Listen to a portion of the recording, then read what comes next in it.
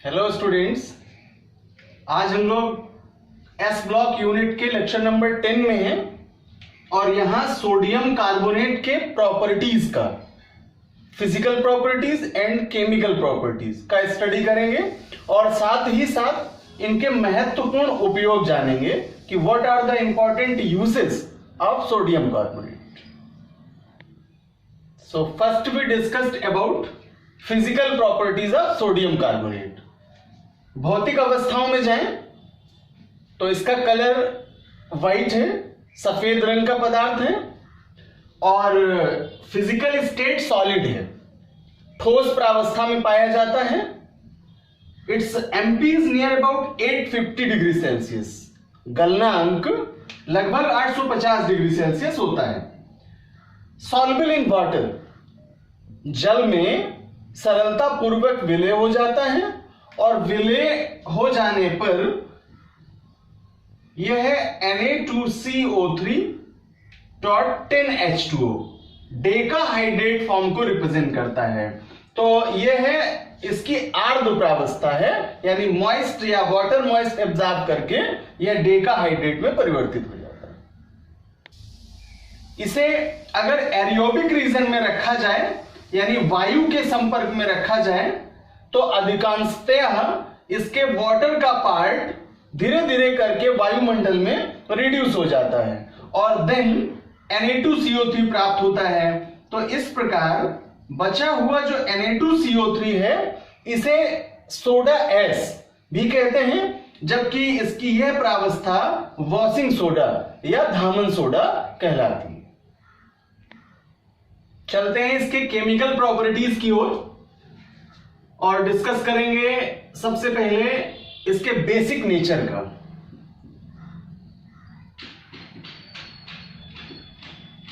इसमें क्षारीय गुण पाया जाता है।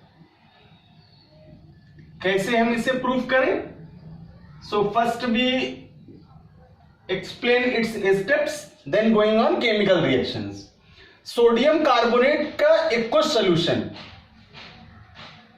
आफ्टर ब्रेकडाउन NaOH और कार्बोनिक एसिड का फॉर्मेशन करता है, जहां NaOH के फॉर्मेशन से इसके स्ट्रॉन्ग बेस नेचर का अध्ययन कर पाते हैं और इसकी इस प्रॉपर्टी को समझ पाते हैं। तो केमिकल रिएक्शंस लेते हैं और देखते हैं कैसे ये बेस बनाएगा और एसिड को प्रोड्यूस करेगा। तो सबसे पहले ब्रेक डाउन करें सोडियम कार्बोनेट को। Na2CO3 gives out twice Na plus CO3 2 minus. It break down in their ions. Their ions are known as sodium ion and carbonate ion. Carbonate ion 2 minus and sodium ion have single plus. After breaking up water, it gives out H plus and OH minus. So it is known as hydrogen ion and hydroxyl ion. Now in both reactions, sodium have plus charge and OH have minus charge. So it react with one another to produce caustic soda. Reaction: twice Na plus twice OH minus gives out twice NaOH. And NaOH is the strongest base. So you know that it is a strong base. And now next reaction, H plus ion attract minus carbonate ion. Twice H plus gives out CO3 2 minus, makes H2CO3. It is a weak acid. So we says that in case of this reaction, it produced basic substance and acidic substance. इस अभिक्रिया में प्रबल क्षार के रूप में caustic soda प्राप्त होता है और दुर्बल अम्ल, क्षीण अम्ल के रूप में कार्बोनिक एसिड का निर्माण किया जाता है। तो स्टूडेंट्स, इससे हमें जानकारी प्राप्त होती है कि सोडियम कार्बोनेट का एक्वस सॉल्यूशन बेसिक नेचर का होता है। So sodium carbonate have the basic nature property. Now next reaction with acid, specially hydrochloric acid react कराते हैं। Then this reaction is completed in 2 steps. You know that in first reaction sodium carbonate represent their nature as a basic solution, so it make a corresponding salt in final reaction.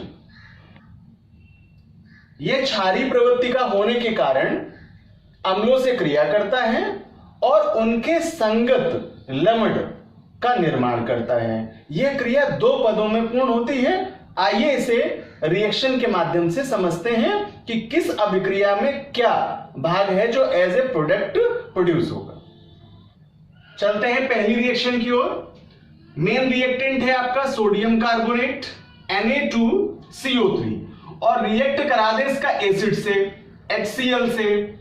Then single molecule of इस carbonate part से, sodium carbonate part से sodium Cl को subtract करेगा और hydrogen के edit होने से by carbonate प्राप्त होगा। तो कन्वर्जन करें इसका NaHCO3 plus NaCl।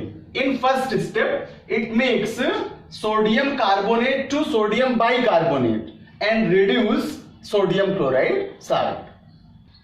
Second step में चलें। जो बाइकार्बोनेट साल्ट मिला है, अगर इसको रिएक्ट कराएं HCl के साथ NaHCO3 plus HCl, then it makes sodium single atom के रूप में यहां Cl को सबस्ट्रैक्ट करेगा, make NaCl salt, hydrogen added होगा और सिंगल ऑक्सीजन से रिएक्ट करके वाटर प्रोड्यूस करेगा H2O और बचेगा यहां CO2 carbon dioxide. Then sodium chloride as a corresponding salt, as a संगत लवण के रूप में यहां इसका फॉर्मेशन होगा। So we says that sodium carbonate have the best capacity for the as a reactant in a chemical reaction like as a acid, hydrochloric acid. चलते हैं नेक्स्ट प्रॉपर्टी की ओर। Reaction with acidic oxides, intra conversion होगा जैसा अभी reaction हम लोगों ने पढ़ा। अगर यहां हम एसिडिक ऑक्साइड से रिएक्ट करा दें सोडियम कार्बोनेट का, then it makes salt like as a Na2CO3 plus H2O plus CO2 gives out NaHCO3 और यहां फॉर बैलेंसिंग ट्वाइस कर लेंगे। तो कन्वर्जन क्या हुआ? Carbonate to bicarbonate, sodium carbonate से सोडियम बाइकार्बोनेट का फॉर्मेशन होता है, अर्थात धामन सोडा से खाने वाले सोडा या बेकिंग सोडा का फॉर्मेशन होता है, जो कि साल्ट के रूप में होगा, लवण के रूप में होगा। Now next property is most important, effect of temperature, ताप का प्रभाव। क्या है इफेक्ट ऑफ टेम्परेचर? तो हम लोग अगर इसके क्रिस्टलन वाटर मॉलिक्यूल्स को ले लें, Na2CO3 10H2O, sodium carbonate decahydrate. तो इसकी अगर हाइड्रेटेड फॉर्म को हीट किया जाए, टेम्परेचर दिया जाए, तो ताप के प्रभाव में यह अपने क्रिस्टलन जल को पृथक कर देता है। और जब क्रिस्टलन जल को पृथक करता है, ये स्टेप वाइज रिएक्शन होगी, बट यहां वाटर मॉलिक्यूल को मैं डायरेक्ट दिखा देता हूं। देन Na2CO3 क्रिस्टल फॉर्म हो जाएगी और इसका वाटर सबस्ट्रैक्ट हो जाएगा 10H2O, और यह सोडियम कार्बोनेट क्रिस्टलीकृत रूप में प्राप्त होगा। तो इस प्रकार हम कह सकते हैं कि ताप के प्रभाव में यह अपना जो निर्जलन है, जल है, उसे क्रिस्टलन जल जो है उसे बाहर रिड्यूस कर देता है। और जरूरी बात कि टेम्परेचर के इफेक्ट में अगर इसे और हीट किया जाए तो यह अपने अवयवों में नहीं ब्रेक डाउन करता है, अर्थात सोडियम कार्बोनेट अपने अवयवों में अपघटित नहीं किया जा सकता है, जबकि क्रिस्टलन जल इसका पृथक हो जाता है।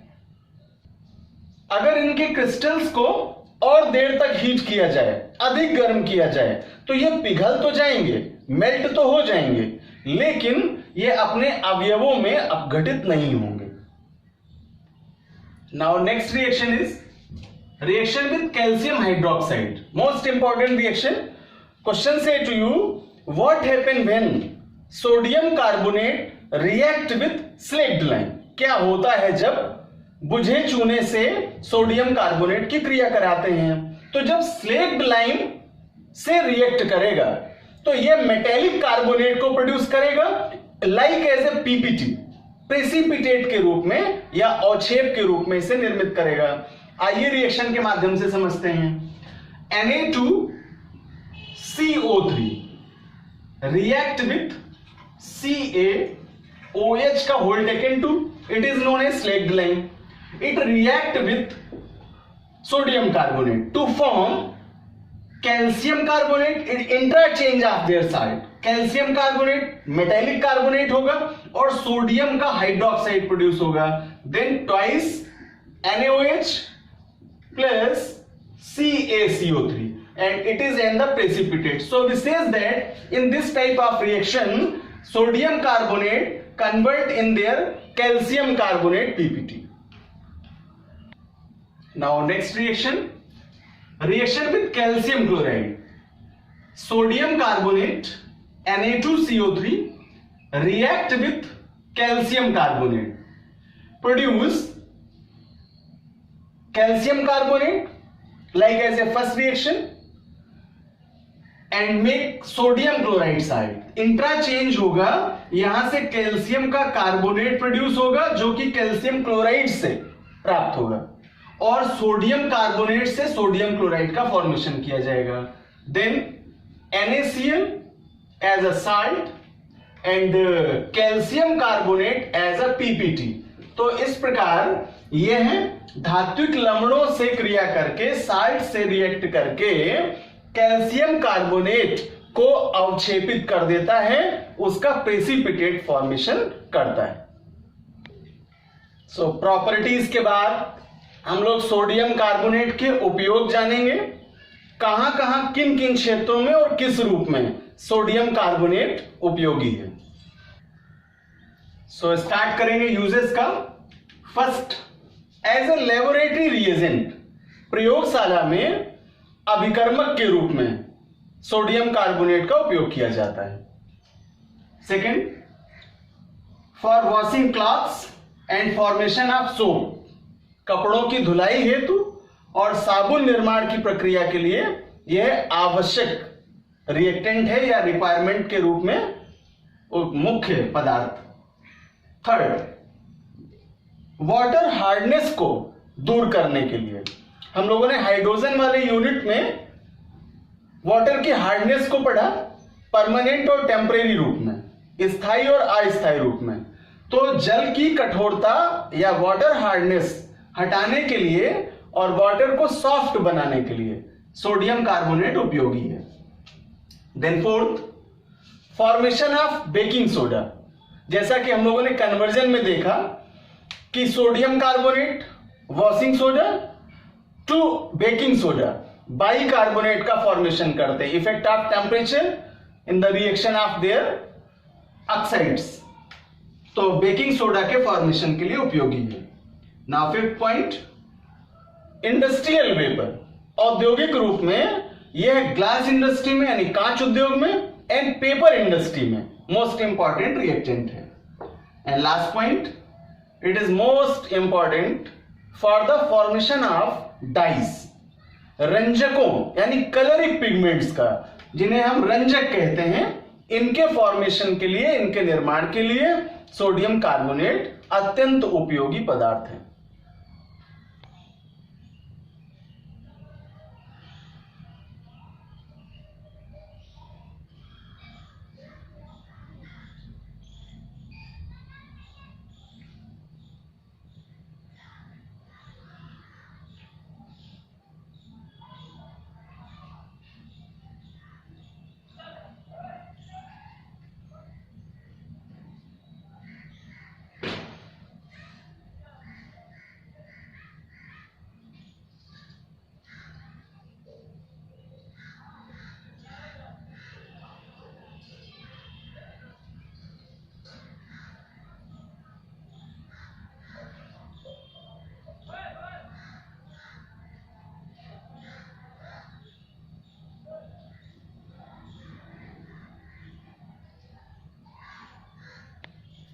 तो डिस्कस करेंगे अब most important section named biological importance of sodium and potassium.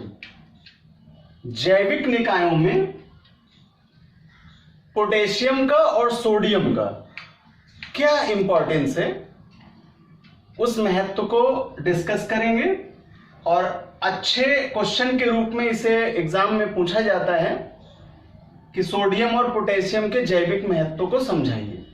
तो पहले हम सोडियम का डिस्कशन करेंगे कि क्या इसका बायोलॉजिकल इंपॉर्टेंस है, और देन पोटेशियम के इंपॉर्टेंट रोल को बताएंगे। Students, sodium is the most important substance of living beings, especially for human body. Near about 70 kg human personality के बॉडी में 90 ग्राम सोडियम की प्रेजेंस देखी गई है। और प्रेजेंस क्या है? Suppose that cellular structure and external part have blood plasma. ये एक कोई सेल है और इस सेल के बाह्य भाग में यहां पर ब्लड प्लाज्मा की प्रेजेंस है, और इस प्लाज्मा पार्ट में ही सोडियम डिसॉल्व कंडीशन में उपस्थित होता है। यानी मनुष्य के शरीर में लगभग जो 70 केजी का एक ह्यूमन है उसमें 90 ग्राम सोडियम की मात्रा की उपस्थिति होती है, और यह मात्रा कोशिकाओं के बाह्य भाग में उपस्थित जो रुधिर का प्लाज्मा है उसमें से घुलित अवस्था में पाई जाती है। बहुत ही अधिक महत्वपूर्ण है। और कौन कौन से ये रोल प्ले करती है, अर्थात function of sodium in human body, इन्हें पॉइंट वाइज डिस्कस करते हैं। तो समझते हैं इसके इंपॉर्टेंट फंक्शन का। It is most important for water wave system in cell membrane. Cell membrane या कोशिका झिल्ली में जल के प्रवाह को कंट्रोल करता है।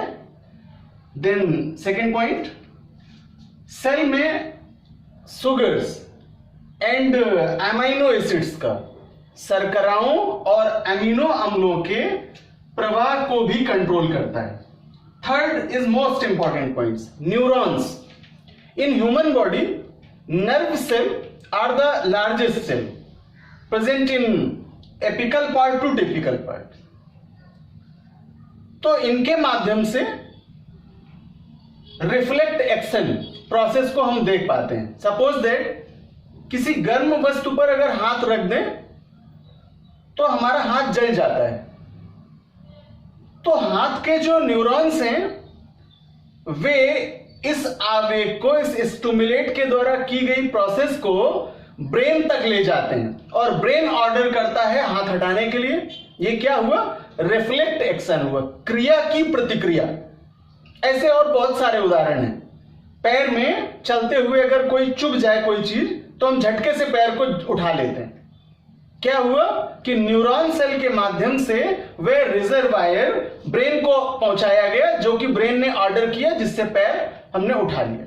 तो न्यूरॉन सेल यानी तंत्रिका कोशिकाओं के माध्यम से विभिन्न प्रकार के आवेगों या संकेतों को एज ए रिफ्लेक्ट एक्शन प्रेषित करने के लिए भी सोडियम सर्वाधिक महत्वपूर्ण पदार्थ है, और इस पदार्थ की उपस्थिति के कारण ही यह reflect action process human body में हो पाता है। तो अब डिस्कशन करेंगे पोटेशियम के बायोलॉजिकल इंपॉर्टेंस का, पोटेशियम के जैविक महत्व का। नियर अबाउट एक 70 केजी के हेल्दी पर्सन में, स्वस्थ व्यक्ति में 170 ग्राम पोटेशियम की उपस्थिति होती है, और यह पोटेशियम की प्रेजेंस सेल के इनिशियली पार्ट में पाए जाने वाले सेलुलर प्लाज्म या साइटोप्लाज्म में ही उपस्थित होती है, और यह इस साइटोप्लाज्म में उपस्थित होकर इसके जो कैटाबॉलिक रिएक्शंस हैं उनको मेंटेन करने के लिए महत्वपूर्ण होता है। डिस्कस करें इनके फंक्शंस का। तो पोटेशियम के महत्वपूर्ण कार्य हैं मनुष्य शरीर में जिनको समझ पाते हैं। इन ह्यूमन बॉडी सेलुलर साइटोप्लाज्म में एंजाइम्स को एक्टिव करने के लिए पोटेशियम बेस्ट मेटल के रूप में प्रेजेंट है और मैक्रो न्यूट्रिएंट्स के रूप में प्रेजेंट है, दीर्घ पोषक तत्व के रूप में इसकी उपस्थिति है। तो एंजाइम को सक्रिय करने में महत्वपूर्ण होता है। दूसरा, ग्लूकोज के ऑक्सीडेशन में it is an the most important reaction in cells. Cellular respiration में ग्लूकोज का जब ऑक्सीडेशन होगा देन एनर्जी को प्रोड्यूस किया जाएगा और उस एनर्जी से ही हम अपने शरीर से होने वाली विभिन्न प्रक्रियाओं को पूरा करते हैं। So we says that for the oxidation of glucose and after oxidation of glucose it produced energy. This energy is used for the different type of mechanism in human body. तो शरीर को ऊर्जा प्रदान करने के लिए महत्वपूर्ण है और ग्लूकोज के ऑक्सीडेशन के लिए पोटेशियम अच्छा पदार्थ है। Then fourth point most important, जैसा सोडियम के साथ डिस्कस किया हमने, इन रिफ्लेक्ट एक्शन प्रोसेस, क्रिया की प्रतिक्रिया की प्रक्रिया में जैसे सोडियम महत्वपूर्ण रोल प्ले करता है और रिजर्वायर न्यूरॉन सेल की हेल्प से सिनेप्टिक नोब्स के माध्यम से इन्हें एक तंत्रिका कोशिका से दूसरी में और दूसरी से अगली में और इस प्रकार विभिन्न तंत्रिकाओं के माध्यम से इसे ब्रेन तक ऑर्डर पहुंचाने के लिए कार्य करता है। तो सोडियम आयंस के साथ पोटेशियम आयन भी मिल करके इन नर्व सिग्नल्स को या तंत्रिका के जो संकेतक हैं उन्हें संप्रेषित करने में या फॉरवर्ड करने में महत्वपूर्ण भूमिका निभाता है। So we says that sodium and potassium are the best and main macronutrients in human body, so it represent their biological importance. Students, आज की क्लास से हम लोगों ने एस ब्लॉक यूनिट का first A part alkaline metals क्षारीय धातुओं की स्थिति की विवेचना से स्टार्ट करते हुए इनके कंपाउंड का फुल फॉर्मेशन और प्रॉपर्टीज के साथ स्टडी किया। यहां से एक सेक्शन इस यूनिट का कंप्लीट हुआ। अगली क्लास से हम लोग सेकेंड ए स्टार्ट करेंगे, एल्केलाइन अर्थ मेटल स्टार्ट करेंगे, जहां क्षारीय मृदा धातुओं की स्थिति की विवेचना से कंप्लीट करते हुए उनके कंपाउंड्स की ओर जाएंगे। तो फर्स्ट ए की समरी ले लें।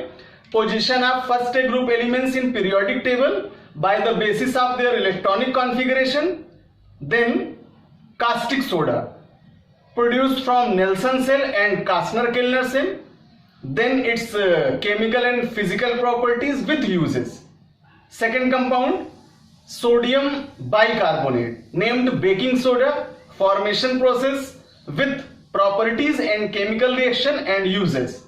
Then third compound, sodium chloride, simple salt, formation and its properties with uses. और लास्ट किया हम लोगों ने सोडियम कार्बोनेट चौथे कंपाउंड के रूप में, जिसका फॉर्मेशन पढ़ा ली ब्लांस प्रोसेस से और साल्वे अमोनिया सोडा प्रक्रम द्वारा सोडियम कार्बोनेट का निर्माण विथ प्रॉपर्टीज एंड यूजेस। तो चार कंपाउंड पढ़े, NaOH, NaCl, NaHCO3 and Na2CO3। और इसके साथ ही इस फर्स्ट ए यूनिट में, चूंकि फर्स्ट ए में जो हमने एलिमेंट्स पढ़ाए थे स्टार्टिंग में, इस ग्रुप में आने वाले तत्वों में से lithium, sodium, potassium, rubidium, caesium, francium, main 6 elements are present here. In it most important biological importance of sodium and potassium. तो सोडियम और पोटेशियम का जैविक महत्व भी अंत में पढ़ लिया है और यहां से ये यूनिट कंप्लीट हो गई है। इसी प्रक्रम में जैसे यहां फर्स्ट ए की विवेचना पढ़ी, वैसे वहां सेकेंड ए की पढ़ेंगे, कंपाउंड्स लेंगे उसके, और वहां के जो एलिमेंट्स हैं उनमें से कैल्शियम और मैग्नीशियम आर द बेस्ट। सो वहां कैल्शियम और मैग्नीशियम के बायोलॉजिकल इंपॉर्टेंस पढ़ने के साथ ही इस यूनिट का लास्ट करेंगे। तो अगली क्लास में मिलेंगे हम लोग सेकेंड ए ग्रुप के साथ।